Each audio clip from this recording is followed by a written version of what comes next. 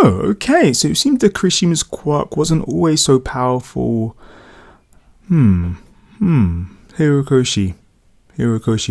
what did you lead us to believe? But yeah, good morning, good afternoon, good evening, guys. Welcome to Otaku Chris is Talking. This is your weekly Boku no Hero Academia manga review. This is for chapter 144. Sorry if it seems like I'm whispering. It is 1:20 in the morning in the UK, and I don't want to wake up my housemates. So yeah, it's one of those ones there.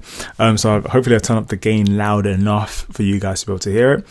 So as this is a Boku no Hero Academia manga review, I'm going to talk about what happened in this most recent chapter. And this chapter focused on Red Riot, aka Kirishima, and it's also titled Red Riot because it focused on Kirishima. One thing that is pretty cool is in this chapter we really got to see and understand where Kirishima got this drive from, how he became who he is, and we got this in the form of a flashback, and Hirokoshi really gives us some nice bit of flashback. It's not just like a generic flashback where we get deep into some flashbackception, sometimes like Naruto, but with this is like, okay, cool, this is the situation, boom, Kirishima was in a school, his quirk was weak, and whilst that was going on, we also got to see how he felt, and inside and just in his mind and in his heart. So in his mind, he's like, I can't do this, but in his heart, he wants to do this. And we get to see this by when we see his first encounter with a villain, and Kirishima, he's stuck in his fight or flight mode, but he can't do anything. He's just frozen. And what's nuts is, if you look at it in comparison to the Kirishima that we know right now, Kirishima right now, he would just jump into the situation. But I guess this was needed because in the most recent chapter, we saw Kirishima was once again stuck and frozen, and realized that he couldn't do it. He was too weak in comparison to the two villains that are working underneath Overhaul. But yet at the very end, he didn't care about anything, and he put his life on the line to help Fat Gum as much as possible.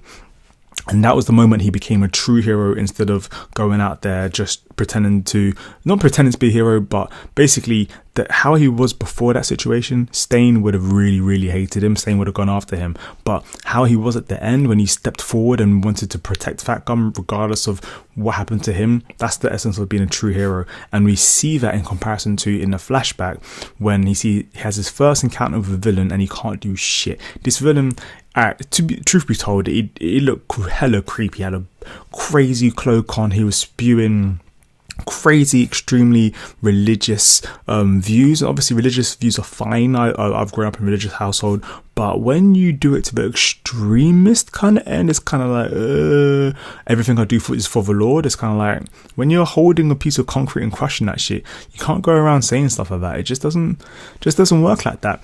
Now we also get to see Mina. So what's first name? Ashida Mina. So the pink girl. That's the girl that's fully pink, that has that acid slime that was in the tournament. We get to see her, and she was actually part of Kirishima's background, which I thought was pretty cool because we haven't really got to see many students apart from Izuku and Bakugo from their childhood. So it's good to see people who went to the same school before, still class 1A, and what they did before. And prior to this, obviously they went to normal schools. So in the schools there were the people without quirks and certain people with quirks, and some people with quirks would stand out from the rest, but that would only work depending on what type of quirk you had, if your quirk was flashy or powerful. Now Kirishima's quirk wasn't that flashy or powerful, so for his, especially as it was only just manifesting, it was more like a thin layer of armor, if anything at all, compared to someone like what's her name again, Ishida, who was like breakdancing. She had crazy athletic strength, and but if you look at how her quirk is currently in the anime, her quirk didn't really stand out, especially against people like Ida and Bakugo, whose quirks are flashy and powerful, and hers is more of her body and her soul, where Kirishima's now is more flashy and way more powerful than hers. So it's a very interesting dynamic. But back in the day, in the flashback, when Kirishima was younger, he really looked up to her, and when he was stuck in flight or fight mode and he couldn't do shit against the villain, she stepped forward and protected I don't say colleagues, but the schoolmates. So I thought that was really cool, and you really get to see how he felt about that, and he really put himself down a lot for not stepping forward. But hey, I guess I don't know. In this situation, it's more of a if you know you're totally going to lose, are you just going to make the situation worse? Should he have helped in any kind of way as possible? But yeah, what are your thoughts on this? Because I guess, I don't know, I guess it's kind of like, if you step forward and everyone gets killed, it's kind of like nobody did anything. But if you run away, you're a pussy.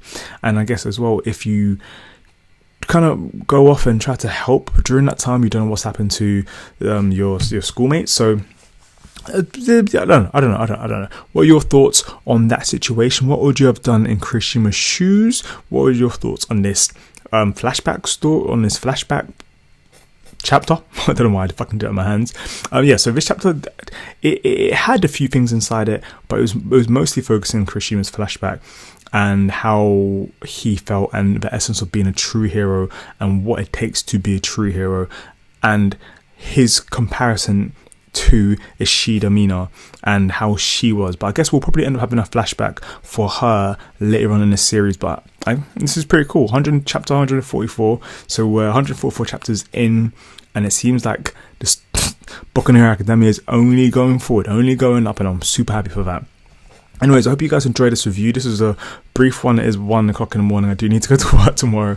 But so feel free to subscribe to me if you enjoy my reviews. I will be doing some interesting videos once a week, which I'll be letting you guys know very soon when that will be uploaded. So follow me on my anime amino or on my Twitter when all my details and information of current videos and new videos will be uploaded. Have a great day. Otaku Chris is talking. I'll see you guys next week.